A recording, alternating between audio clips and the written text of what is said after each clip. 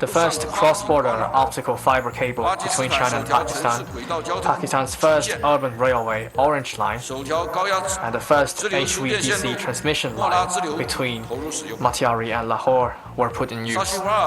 Sahiwal coal-fired power plant was completed ahead of schedule at an impressive Punjab speed.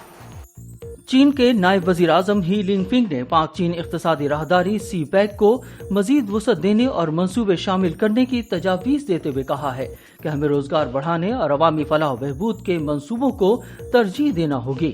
C pack کے 10 سال مکمل ہونے پر اسلام آباد کے کنونشن سینٹر میں منعقدہ خصوصی تقریب سے خطاب کرتے ہوئے چین کے نائب وزیر اعظم ہی لنگ فنگ نے کہا کہ CPEC belt and road initiative کا اہم منصوبہ ہے۔ سی پیک سے خطے میں سماجی ترقی کا آغاز ہوا ہے۔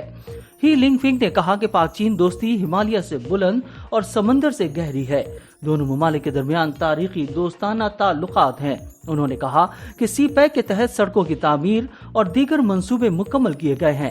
صنعت، ثقافت اور صحت سمیت مختلف شعبوں میں تعاون بڑھانے کی ضرورت ہے۔ ان کا کہنا تھا کہ ساہیوال کول پاور پروجیکٹ مقررہ مدت سے پہلے پنجاب اسپیڈ کے تحت مکمل کیا گیا۔ سی پیک کے تحت پاکستان پہ $25 ارب سے زائد کی براہ راست غیر ملکی سرمایہ کاری ہوئی ہے۔ اربن ریلوے، فائبر آپٹک سمیت مختلف منصوبوں کو عملی جامہ پہنایا گیا ہے۔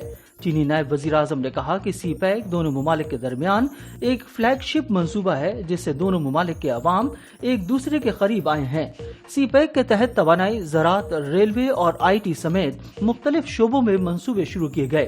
تجاویز پیش کرتے ہوئے انہوں نے کہا کہ پاکستان اور چین کو مل کر ترقی کی راہداری بنانے کی ضرورت ہے، جس کے تحت سی پیک کے طویل مدت کے منصوبوں کو آگے بڑھایا جائے۔ اس سلسلے میں ML1 کی اپ گریڈیشن، ایگرو فارمنگ اور باغبانی کے شعبے میں مؤثر اقدامات کرنے چاہیے۔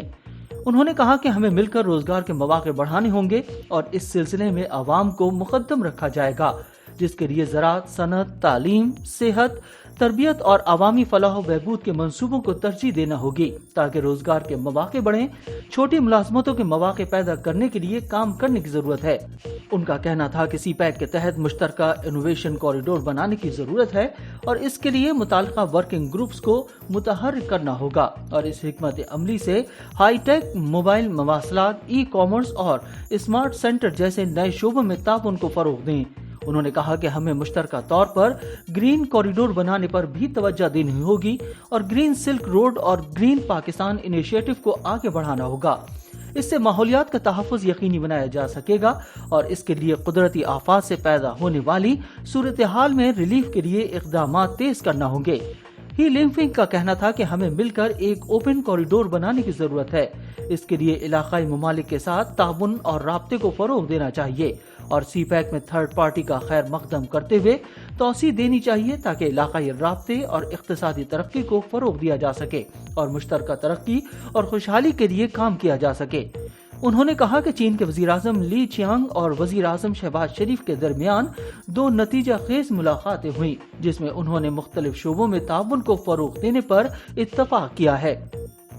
ان کا کہنا تھا کہ چین پاکستان کی قومی خود مختاری، آزادی، علاقائی سالمیت کے تحفظ، قومی اتحاد، سماجی استحکام اور اقتصادی خوشحالی کی کاوشوں کی بھرپور حمایت کرتا ہے۔ پاکستان اور چین کے مفادات مشترکہ ہیں اور دونوں ممالک کی دوستی مضبوط بنیادوں پر قائم ہے۔ انہوں نے کہا کہ صدر شی جن پنگ اور پاکستانی قیادت سی پیک کو بہت اہمیت دیتے ہیں اور ان کی مشاورت کے نتیجے میں ہم نے اپنے ترجیحی شعبوں میں کام آگے بڑھایا ہے، جس سے پاکستان میں مزید چینی سرمایہ کاری اور ٹیکنالوجی آ رہی ہے۔ چینی نائب وزیر اعظم نے کہا کہ پاکستان کی اعلیٰ معیارات کی مصنوعات چین کی منڈیوں میں پہنچ رہی ہیں اور ہمیں یقین ہے کہ سی پیک میں چین اور پاکستان کا تعاون مستقبل میں مزید فروغ پائے گا۔ سی پیک کے 10 سالہ جشن سے متعلق تقریب میں علی ظفر، ساحر علی بھگا سمیت دیگر فنکاروں نے اپنے فن کا مظاہرہ کیا اور اس دوران سی پیک کے آغاز اور منصوبوں کے حوالے سے ڈاکیومنٹری بھی دکھائی گئی۔ اس موقع پر وزیر اعظم شہباز شریف اور چین کے نائب وزیر اعظم ہی لنگ فنگ نے مشترکہ طور پر گلوب کا بٹن دبا کر 10 سالہ تقریبات کا آغاز کیا اور یادگاری سکہ اور یادگاری ٹکٹ کا بھی اجرا کیا۔